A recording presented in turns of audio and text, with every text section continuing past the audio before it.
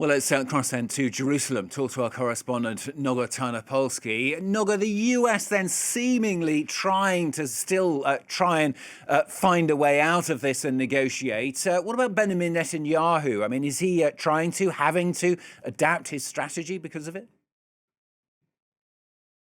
Um, Excuse me, Stuart.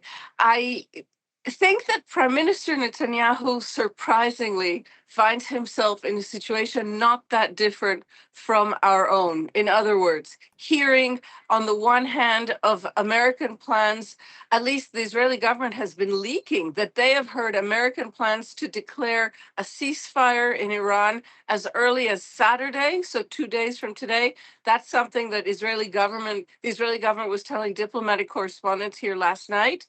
And at the same time, we hear that the United States is sending several thousand Marines to the region and preparing for what appears to be a possible invasion of Harg Island, this tiny but crucial piece of Iranian land in the Straits of Hormuz. So it is very difficult to know. And my impression is that it is as difficult for the Israeli authorities to know.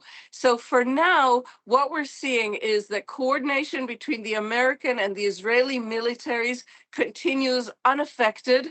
The bombings in Iran are continuing in what appears to be almost perfect coordination between the US pilots and the Israeli pilots.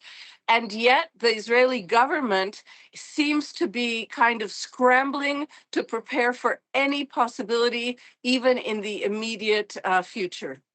Meanwhile, at the same time, Noga, it's being reported, isn't it, that Israel has taken some key Iranian leaders off its hit list at the request of Pakistan. Pakistan, of course, said to be negotiating or being an intermediary, at least, between Iran and the US.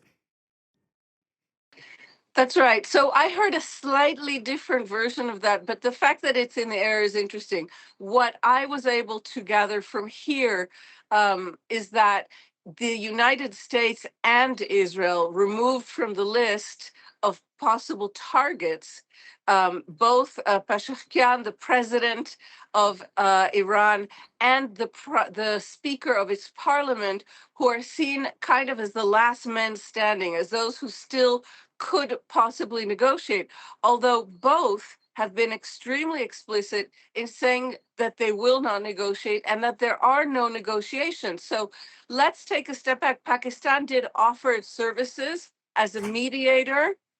They were supposed to be, you remember that just a few days ago, Stuart, we were speaking about a possible meeting on Thursday, today, in Islamabad, between Vice President J.D. Vance and a top Iranian official.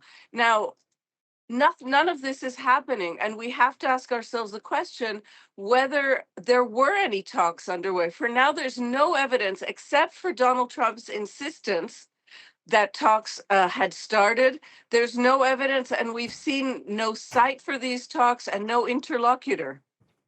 Noga, thanks very much. Noga Tarnopolsky, our correspondent, joining us with the latest there from Jerusalem.